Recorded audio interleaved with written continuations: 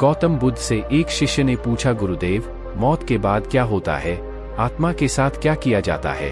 बुद्ध ने एक तीर के जरिए शिष्य को दिया उत्तर। जीवन और जीवन से जुड़े विषयों पर गौतम बुद्ध का नजरिया बहुत सटीक और एकदम समझ में आने वाला ही रहा है। उन्होंने कभी किसी विषय को बहुत उलझाकर नहीं समझाया। अपने शिष्यों की सारी जिज्ञासाएं वे साधारण से उदाहरणों से ही हल कर दिया करते थे। एक बार बुद्ध से उनके एक शिष्य ने पूछा, भगवान, आपने आज तक यह नहीं बताया कि मृत्यु के बाद क्या होता है। उसकी बात सुनकर बुद्ध मुस्कुराए। फिर उन्होंने उससे पूछा, पहले मेरी एक बात का जवाब दो। अगर कोई कहीं जा रहा हो और अचानक कहीं से आकर उसके शरीर में एक जहर भरा तीर लग जाए तो उसे क्या करना चाहिए? पहले शरीर में घुसे तीर को हटाना ठीक रहेगा या फिर देखना कि बाण किधर से आया है और किसे लक्ष्य कर मारा गया है? शिष्य ने कहा, पहले तो शरीर में घुसे तीर को तुरंत निकालना चाहिए, नहीं तो जहर पूरे शरीर में फैल जाएगा। बुद्ध ने कहा, बिल्कुल ठीक कहा तुमने।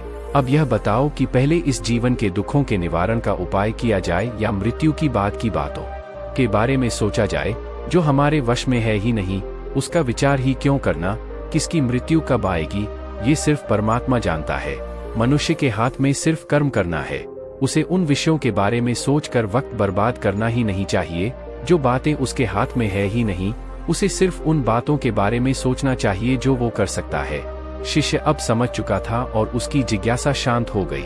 इंसान को उन बातों के बारे में सोचकर समय नहीं गंवाना चाहिए जिन पर उसका कोई जोर ना हो।